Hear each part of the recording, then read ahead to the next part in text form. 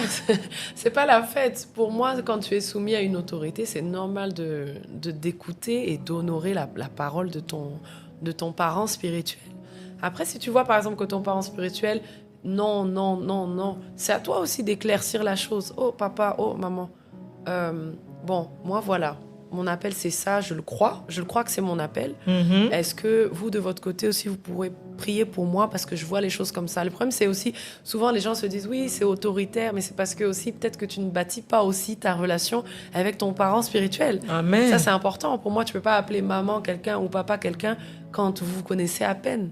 Au début, on peut comprendre, mais pour moi, même qui me retrouve dans cette position d'être maman spirituelle, d'encadrer les gens, pour moi, c'est une grosse responsabilité. Hein.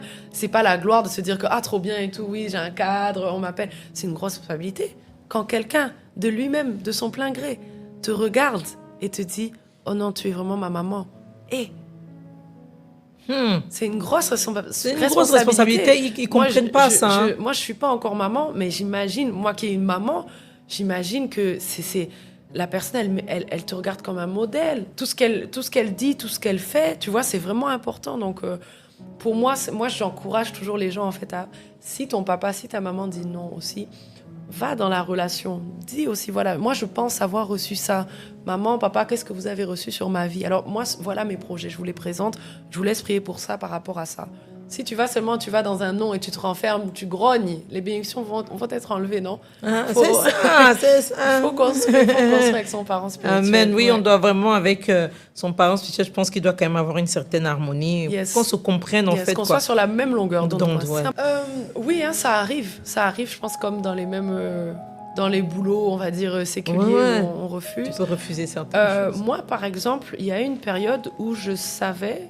Par exemple, quand je me suis mariée, mon mari aussi étant très occupé, je savais que c'était, en tout cas les deux premières années du mariage, je savais que je devais davantage focus sur mon mariage et m'impliquer, on va dire, dans la vie spirituelle, puisque je me suis retrouvée à être aussi à la tête de beaucoup d'églises, toutes les églises de mon époux, que je ne considère plus comme les églises de mon époux, mais qui sont aussi mes églises. Donc, il y a eu une période où, ouais, ça fait mal, mais tu dis, je suis désolée, je suis en retrait. Pas en retrait dans le sens que je me retire du ministère, mais de me dire que pendant un certain temps, j'ai décidé de dédier ça à mon mariage, dédier ça à nos églises. Donc oui, ça arrive, il y a des temps où parfois Dieu va t'appeler en retraite. Dieu va t'appeler à... te retirer un peu. Exactement. Et puis aussi, il y a par exemple ce cas où 2 événements tombent à la même période.